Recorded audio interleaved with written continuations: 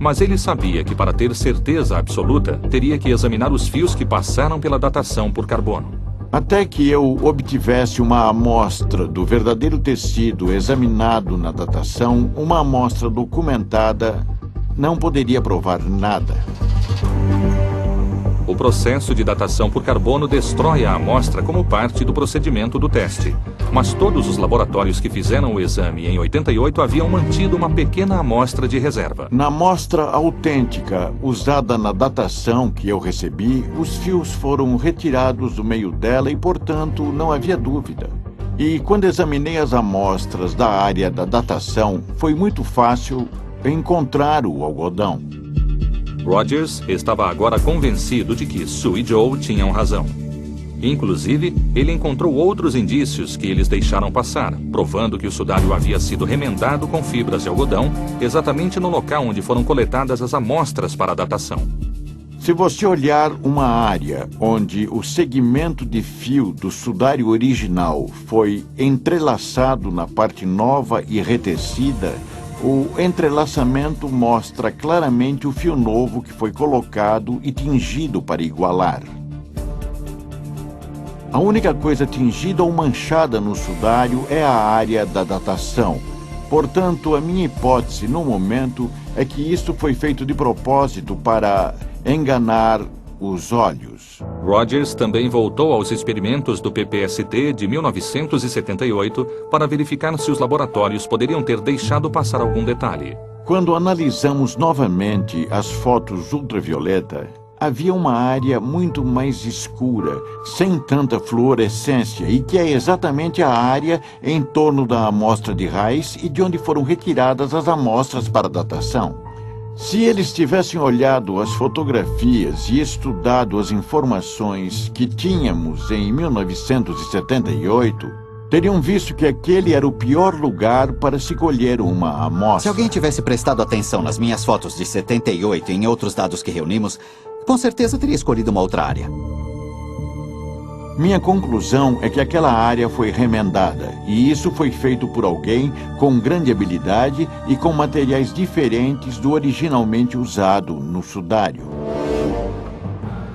Em 2005, apenas 5 semanas antes de perder a luta contra o câncer, Rogers publicou o último trabalho de sua brilhante carreira.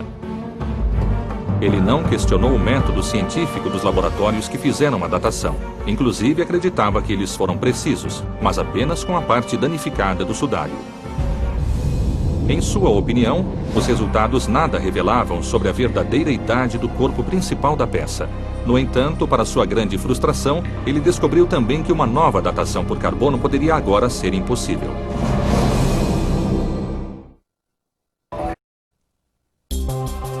Em 1988, um teste de datação por carbono concluiu que o sudário de Turim tinha apenas 700 anos.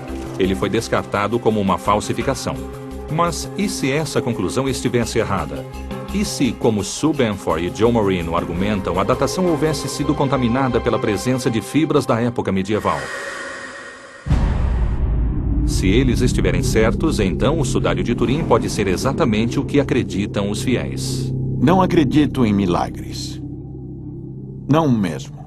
No fim da vida, Ray Rogers foi levado de volta ao laboratório pela teoria de Sue Benford e Joe Marino. Para sua surpresa, ele acabou concordando com os dois. Estou chegando à conclusão de que existe uma boa chance de que seja o pano usado como mortalha para o Jesus histórico.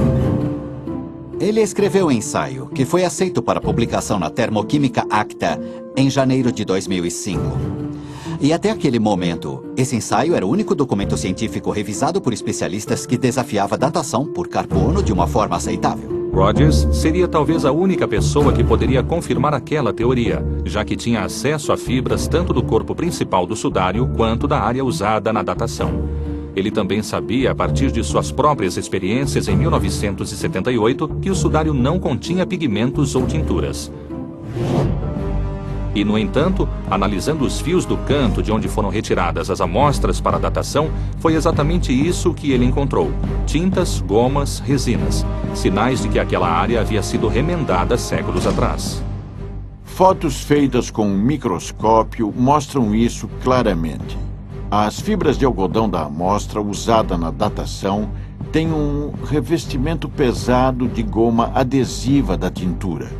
E algumas das fibras de linho não têm nada disso.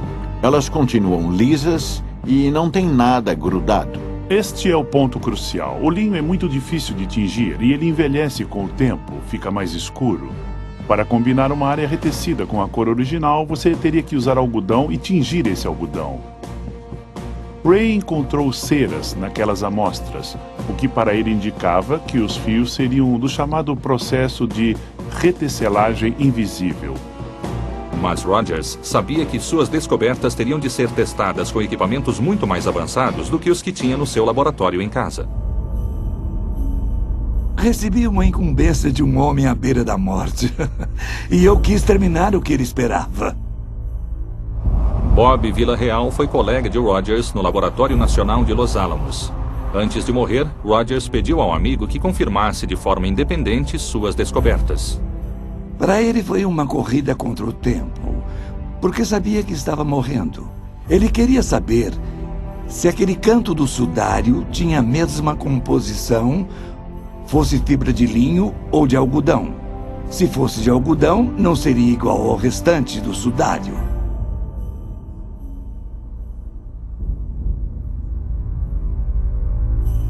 Mas antes que qualquer teste pudesse ser realizado, Ray perdeu sua longa batalha contra o câncer em 8 de março de 2005, aos 78 anos. Após a morte de Rogers, Villarreal decidiu que confirmaria as descobertas do amigo. Ele enviou as fibras que Ray havia lhe dado a um colega no laboratório de Los Alamos. Logo de cara, algo extraordinário aconteceu. Ele me ligou dizendo: o fio que eu ia analisar se partiu em 2 pedaços. Será que Deus vai ficar zangado? Ele verificou que o fio eram 2 fibras entrelaçadas, exatamente como Sue e Joe haviam previsto. Mas o mais importante era o que mantinha as 2 unidas: uma goma usada há séculos para fixar as tinturas. Essa descoberta foi uma revelação. A confirmação independente de que aquele pedaço do sudário havia sido tingido. Como Ray Rogers havia verificado muito antes que não havia tinturas no corpo principal do sudário, ficou evidente que as amostras usadas na datação haviam sido retiradas de uma área anômala. O canto danificado era diferente do restante. Eles vieram e zip, tiraram sem ninguém ver o pior pedaço possível. As pessoas que certificaram a amostra até hoje estão tentando convencer as pessoas de que todo mundo está errado, menos eles, e de que as amostras são válidas.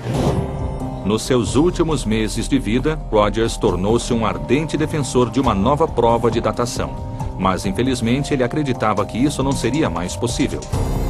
Porque mesmo que a velha questão de acesso ao material fosse resolvida, havia um problema muito maior: o modo como o sudário de Turim foi preservado. Ray Rogers comentou o fato de que a caixa onde o sudário foi guardado, o relicário, foi tratada com timol, um antisséptico que mata qualquer coisa viva. Bichos, bactérias, tudo. Esse tratamento com timol poderia afetar futuras datações do tecido. Segundo Rogers, usando o timol, uma substância química de base vegetal, para limpar o relicário, eles haviam inadvertidamente causado danos irreparáveis ao sudário. Ele estava agora contaminado por átomos de carbono recentes, tornando impossível uma datação precisa. Mas antes de morrer, Ray Rogers achou que havia encontrado uma solução. O sudário foi danificado pelo fogo em 1532 e ficou com 16 marcas distintas de queimado, marcas de onde amostras poderiam ser colhidas, e como já eram de puro carbono, elas poderiam ser facilmente limpas do timol.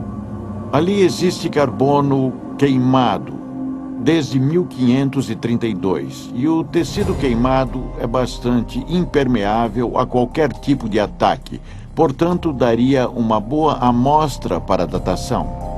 E o melhor de tudo é que essas áreas queimadas já foram coletadas na restauração do sudário feita em 2002. Em 2002, retiraram o fogo, removeram todos os remendos. Como esta área queimada aqui. Os pedaços queimados foram cortados à volta dos buracos queimados e foram guardados. É material excelente para carbono 14. Pode ser datado. Esses restos carbonizados podem conter a chave para finalmente solucionar o mistério do sudário de Turim. Alguns colegas de Ray entraram com um pedido no Vaticano para ter acesso às amostras queimadas e realizar uma segunda datação. O mundo científico espera uma nova oportunidade para descobrir se o sudário é a mortalha de Jesus de Nazaré ou uma consumada falsificação. Mas, seja qual for a resposta, é praticamente certo que o debate científico sobre o sudário de Turim vai continuar. Se ele não for antigo bastante para ser o sudário de Jesus, então vou me sentir diante de um milagre, porque um sujeito da Idade Média conseguiu criar algo que não somos capazes de reproduzir ou explicar completamente, e eu gostaria de saber como isso foi feito.